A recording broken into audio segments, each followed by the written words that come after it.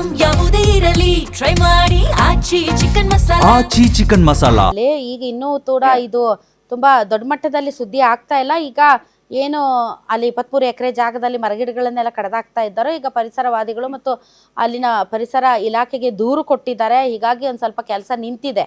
ಈಗ ಇದ್ರ ಬಗ್ಗೆ ಅರಿವು ಮೈಸೂರಿಗರಿಗೆ ಗೊತ್ತಾಗ್ತಾ ಇದೆ. ಇದು ಮುಂದಿನ ದಿನಗಳಲ್ಲಿ ಏನಾಗುತ್ತೆ ಅನ್ನೋದನ್ನ ನಾವು ಕೂಡ ಕಾದು ನೋಡೋಣ.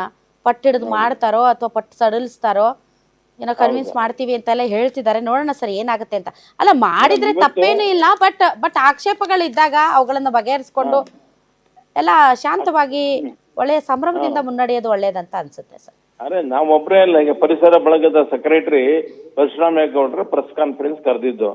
ಬಡಗಲ್ಪುರ ನಾಗೇಂದ್ರ ರೈತ ಸಂಘದಿಂದ ಅವರು ಬಂದಿದ್ರು, ನಾನಿದ್ದೆ, ಬಹಳ ಆಮೇಲೆ 3-4 ಜನ ಬೇರೆ ಬೇರೆಯವರು ಇದ್ರು ಮೀಟಿಂಗ್ ನಲ್ಲಿ. ಇದರಲ್ಲಿ ಸರ್ ಈಗ ಭಾನುಮೋಹನ್ ಅವರು ಕೂಡ ಬಂದಿದ್ದಾರೆ ಸರ್ ನಮ್ಮೊಂದಿಗೆ ನೇರ ದೂರವಾಣಿ ಸಂಪರ್ಕಕ್ಕೆ. ಪರಿಸರವಾದಿಗಳು ನಮಸ್ತೆ. ನಮಸ್ತೆ ಮೇಡಮ್. ಸರ್ ಮೇಡಮ್ ಇವತ್ತು ಪ್ರೆಸ್ ಕಾನ್ಫರೆನ್ಸ್ ಅಲ್ಲಿ ಇವತ್ತ ಮೇಡಮ್ ಅದು ತಡೆದಿದ್ದು ತಾವು? ಮೇಡಮ್ ಹೋದ್ ಶುಕ್ರವಾರ ಮೇಡಮ್, ಹೋದ್ ಶುಕ್ರವಾರ ಮರ ಕಟ್ ಮಾಡ್ತಾ ಇದ್ದಾರೆ ಅಂತ ನಂಗೆ ಅಲ್ಲಿಂದ ಫೋನ್ ಬಂತು. ಆಗ ಸ್ಥಳಕ್ಕೆ ಹೋಗ್ಬಿಟ್ಟು ಏನು ಕಟ್ ಮಾಡ್ತಿದಾರ, ಅನುಮತಿ ಇದೆಯಾ ಅಂತ ಕೇಳಿದಾಗ ಅವಾಗ ಮುಳ್ಳಿನ ಗಿಡಗಳು ತೆಗಿತಾ ಇದೀವಿ ಅಂತ ಅಲ್ಲಿ ಯಾರೋ ಕಾಂಟ್ರಾಕ್ಟರ್ ನಿತಿನ್ ಮತ್ತೆ ನಾಗಸುಂದರನ್ ಅವ್ರು ಹೇಳಿದ್ರು. ಮುಳ್ಳಿನ ಗಿಡಗಳ ಇವ್ರಿಗೇನು ಚುಚ್ಚಿದ್ವಂತ ಅಲ್ಯಾಕ್ ಹೋಗಿದ್ರಂತೆ? ಏನೋ ಬೇರೆ ಕೆಲಸ ಮಾಡೋದಕ್ಕೆ ಹೋಗಿದ್ದಾರೆ, ಹೇಳೋದು ಬೇರೆ ತರ. ಆಮೇಲೆ ಯಾರೋ ಭಾಸ್ಕರ್ ನಾಯಕ್ ಅಂತ ಬಂದ್ಬಿಟ್ಟು ನಾನು ಯುವ ಸಬಲೀಕರಣದವರು ಹೇಳಿ ಇಲ್ಲಿ ಸ್ವಚ್ಛತಾ ಮಾಡಿಸ್ತಾ ಇದೀವಿ ಅಂತ ಹೇಳಿದ್ರು. ಏನ್ ಮರಗಳನ್ನ ಕಡಿಯೋದು ಸ್ವಚ್ಛತೆ ಅಂತಾನಾ? ಎಂತ ನೋಡಿ, ನೀವೇ ನೋಡಿ ಮಾಧ್ಯಮದಲ್ಲಿ. ಅಲ್ಲ ತಂಪಾಡಿಗೆ ತಾವ್ ಬೆಳ್ಕೊಂಡಿರುವಂತ ಅರಣ್ಯ ಪ್ರದೇಶ ಹೋಗ್ಬಿಟ್ಟು ಅಯ್ಯೋ ಕಾಲಿಗೆ ಮುಳ್ಳು ಚುಚ್ಚುತ್ತಾ ಇದೆ, ಅಯ್ಯೋ ಮೈ ಪರಚ್ತಾ ಇದೆ ಅಂತ ನಾವ್ ಕಡ್ದಾಕ್ತಿವಿ ಅಂತಂದ್ರೆ ಏನಾದ್ರೂ ಇದೊಂದ್ ಮಾತಾ ಮೇಡಮ್? ಇದು ಮಾಡ ಕಡೆ ಕ್ಲೀನ್ ಮಾಡಲ್ಲ, ರೋಡ್ ಸೈಡ್ ಅಲ್ಲಿ ಟರ್ನಿಂಗ್ ಮಾಡುವಾಗ ಇಲ್ಲ ಇನ್ಯಾವ್ದೋ ಸೈಟ್ ಅಲ್ಲಿ ಟ್ಯಾಕ್ಸ್ ಕಟ್ಟಿರ್ತೀವಿ, ಕ್ಲೀನ್ ಮಾಡಲ್ಲ. ಅಲ್ಲೆಲ್ಲ ಹೋಗಿ ಅದನ್ನು ನೋಡಿ ಯುವ ಸಬಲೀಕರಣ ಕ್ರೀಡಾ ಇದಕ್ಕೆ ಮೂಡಾದಿಂದ ಇನ್ನೂ ಹಸ್ತಾಂತರ ಮಾಡಿಲ್ಲ ಜಾಗನ. ಸರ್ಕಾರದಿಂದ ಪ್ರಸ್ತಾವನೆ ಆಗಿದೆ, ಮೂಡಾದಿಂದ ಇನ್ನೂ ಅನುಮೋದನೆ ಪತ್ರ ಬಂದಿಲ್ಲ ಅವರಿಗೆ. ಹೂ ಸುಟ್ಟಕ್ ಮುಂಚೆ ಗುಲಾಬಿ ಹೋಲ್ಸಿದ್ರು ಅಂತ ಗಾದೆ ಹೇಳ್ತಾರಲ್ಲ, ಹಂಗೆ ಇವ್ರ ಕೈಗೆ ಪತ್ರ ಬರ್ದೇನೆ ನಂದು ಜಾಗ ಅಂತ ಹೇಳ್ತಾರೆ ಲೆಕ್ಕ ಹಾಕಿ. ಯಾವ ಮಟ್ಟಕ್ಕೆ ಬಂದಿದೆ ಈಗ ಅದು. ಹಂಗಾಗಿ ಆಮೇಲೆ ಅಲ್ಲಿ ನಾವು ಬೆಳಿಗ್ಗೆ 11:30 ಹೋಗಿದ್ದಕ್ಕೆ 7:30 ಬಂದಾಗ ಆ ಮಧ್ಯದಲ್ಲಿ ನಮ್ಗೆ ಮಾಹಿತಿ ಬಂತು, ಪುತ್ತೂರು ಶಾಸಕರು ಬಂದು ಹೋದ್ರು ಇಲ್ಲಿಗೆ, ಇಲ್ಲಿ ಕಂಬಳ ನಡೆಸೋದಕ್ಕೆ ಸ್ವಚ್ಛತೆ ಮಾಡ್ತಾ ಇದ್ದಾರೆ ಅಂತ. ಅವಾಗ ನಮ್ಗೆ ಬೇಜಾರಾಯ್ತು. ಎಲ್ಲೋ ಬೇರೆ ಕಡೆ ಮಂಗಳೂರು ಕಡೆ ಮಾಡೋ ಅಂತ ಕ್ರೀಡೆನ ತಂದು ಇಲ್ಲಿ ಮೈಸೂರಿನಲ್ಲಿ ಹಾಳು ಮಾಡ್ತಾ ಇದಾರೆ. ಇಲ್ಲಿ ಅದು ಕೆರೆ ಜಾಗ ಮೇಡಮ್, ಖರಾಬು ಕೆರೆ, ಅದು ಒಂಥರ ಜಾಗ ಇನ್ನು ಡಿಸ್ಪ್ಯೂಟ್ ಅಲ್ಲಿ ಇದೆ. ಇಂಥ ಜಾಗದಲ್ಲಿ ಇವ್ರು ಏನೋ ಬಂದು ಇಲ್ಲಿ ಮಾಡಿ ಇನ್ಯಾರೋ ಅದಕ್ಕೆಲ್ಲ ಜೂಜು, ಅದು ಒಂಥರ ಜೂಜು. ದುಡ್ಕೊಂಡೆ ನೋಡ್ತಾರೆ ಕ್ವಾಣನ ಓಡ್ಸೋದನ್ನ. ಒಂದು ಎರಡನೇದು ದಸರಾಗೆನೆ ಆನೆನೆ ತರಬಾರ್ದು, ಪ್ರಾಣಿ ಹಿಂಸೆ ಕೊಡಬಾರ್ದು ಅನ್ನೋ ಒಂದು ನಿಯಮನ ತರ್ತಾ ಇರೋ ಸಂದರ್ಭದಲ್ಲಿ ಕೋಣನ್ ತಂದು ಓಡಿಸ್ಬೇಕೀಗ ಮೈಸೂರಲ್ಲಿ. ಇಲ್ಲಿ ಇರೋ ಕ್ರೀಡೆಗಳಿಗೆ ಕಲೆಗಳಿಗೆ ಪ್ರೋತ್ಸಾಹ ಕೊಡಲ್ಲ, ಸರಿಯಾದ ಊಟದ ವ್ಯವಸ್ಥೆ ಇರಲ್ಲ. ದಸರಾದಲ್ಲಿ ಬರ್ತಾರೆ ಹೊರಗಡೆಯಿಂದ, ಪಾಪ ನಿಮ್ ಮಾಧ್ಯಮದಲ್ಲಿ ತೋರಿಸ್ತಿರ್ತೀರಾ, ಅವ್ರಿಗೊಂದು ಶೌಚಾಲಯದ ವ್ಯವಸ್ಥೆ ಇರಲ್ಲ, ಟೈಮ್ ಊಟ ಇರಲ್ಲ.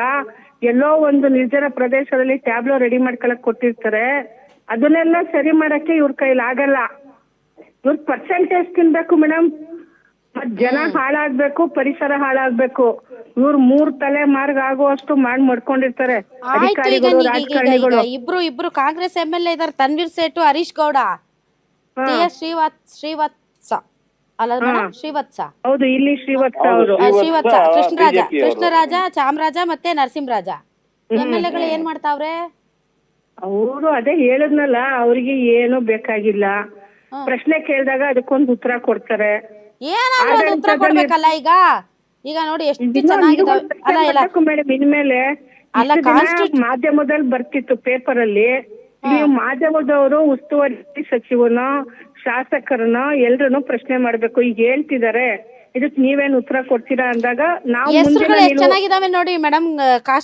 ಕಾನ್ಸ್ಟಿಟ್ಯೂಯೆನ್ಸೀಸ್ ಕೃಷ್ಣರಾಜ, ನರಸಿಂಹರಾಜ, ಚಾಮರಾಜ ಎಷ್ಟು ಚೆನ್ನಾಗಿದಾವೆ ಹೆಸರುಗಳು. ಇದು ಕೂಡ ಮೈಸೂರಿನ ಆ ಮೈಸೂರಿನ ಪರಂಪರೆ ಮತ್ತು ಮೈಸೂರಿನ ಒಂದು ಸಾಂಸ್ಕೃತಿಕ ವೈಭವಗಳನ್ನೇ ಸಾರುವಂತಹ ಕ್ಷೇತ್ರಗಳು. ಇಂತಹ ಕ್ಷೇತ್ರಗಳ MLAಗಳು ಏನು ಸುಮ್ನೆ ಪುತ್ತೂರು MLA ಬಂದು ಮರ ಕಡಿತಾ ಇದ್ರೆ ಏನ್ ಕೈ ಕಟ್ಕೊಂಡ್ ಕುತ್ಕೊಂಡಿದ್ರಾ ಬನ್ನಿ ಬನ್ನಿ ಕಡೀರಿ ಅಂತ? ಹೆಂಗಿದಾರೆ ನೋಡಿ, ಅವ್ರು ನೋಡ್ಕೊಂಡು ಹೋಗಿದ್ದಾರೆ ಅವರು. ಇಲ್ಲಿ ಮತ್ತೆ ಐಶ್ವರ್ಯ ಪೆಟ್ರೋಲ್ ಬಂಕ್ ಎದುರುಗಡೆ ಆ ಜಾಗ ಒಂದಿದೆಯಲ್ಲ ಮೂಡೋದು, 2 ಕಡೆ ವೀಕ್ಷಣೆ ಮಾಡಿದ್ದೀನಿ ಅನ್ಕೊಂಡು ಅವ್ರೇನೆ ಅವಾಗ ಒಂದ್ ನ್ಯೂಸ್ ಮಾಡಿದ್ದು ನಮ್ಗೆ ಸಡನ್ ಆಗಿ ಸಿಕ್ತು ಅಲ್ಲಿ ಮಧ್ಯಾಹ್ನಕ್ಕೆ. ಅವಾಗ ನಾವು ಬಿಡ್ದಂಗೆ ಸಂಜೆವರೆಗೂ ಇದ್ದು 5 JCBನು ಸೀಸ್ ಮಾಡಿಸಿ FIR ಮಾಡಿಸಿ 3 ಜನ ಇವ್ರ ಮೇಲೂ FIR ಮಾಡಿಸಿ ಬಂದಿದೀವಿ. ಈಗೇನ್ ಮುಂದುವರಿಸ್ತಾರಂತ ಹೆಂಗೆ ಮೇಡಮ್? ಹೆಂಗಿದೆ ಈ ಸಿಚುವೇಶನ್? ಹೇಗಿದೆ ಮೇಡಮ್? ಒಟ್ನಲ್ಲಿ ನಮ್ಗೆ ಸರ್ಕಾರದಿಂದ ಇನ್ನೂ ಏನೋ ಮಾಹಿತಿ ಬಂದಿಲ್ಲ. ಮಾಧ್ಯಮದಿಂದ ನೀವುಗಳು ಪ್ರಶ್ನೆ ಕೇಳಿದ್ಮೇಲೆ ಆಮೇಲೆ ನೋಡ್ಬೇಕು ಏನಾಗುತ್ತೆ. ಒಟ್ನಲ್ಲಿ ನಾವು ಮಾಡಕ್ಕಂತೂ ಬಿಡಲ್ಲ ಮೇಡಮ್ ಅದನ್ನ ಅಷ್ಟೇ. All right, okay. ಯತೀಂದ್ರ ಸಿದ್ದರಾಮಯ್ಯನವ್ರು ಇದಾರಲ್ಲ, ಈಗ ಅವರೇ ಇರ್ಬೇಕಲ್ಲ ಮೇಡಮ್ ಈಗ ಇನ್ಚಾರ್ಜ್ ಮಿನಿಸ್ಟ್ರು? ಹೌದು ಅವರೇ ತಾನೇ ಈಗ. ಅವ್ರೇನ್ ಹೇಳ್ತಾರೆ ನೋಡೋಣ ತಡ್ರಿ ಮೇಡಮ್. ಅದೇ ನೀವೆಲ್ಲ ಪ್ರಶ್ನೆ ಮಾಡ್ಬೇಕು ಮೇಡಮ್ ಅವರಿಗೆ. Okay, thank you very much madam. Rangaraj ಅವರು ಮತ್ತು ಭಾನುಮೋಹನ್ ಅವರು ಇಷ್ಟೊತ್ತು ಗ್ಯಾರಂಟಿ ನ್ಯೂಸ್ ಜೊತೆ ಮಾತಾಡಿದ್ದಕ್ಕಾಗಿ.